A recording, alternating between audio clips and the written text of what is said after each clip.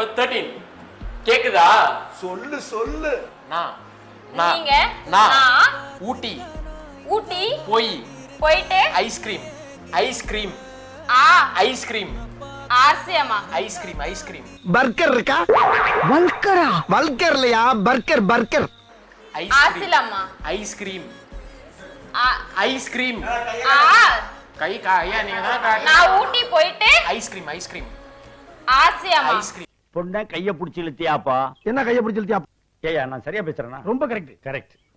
ice cream ஃபுட்டா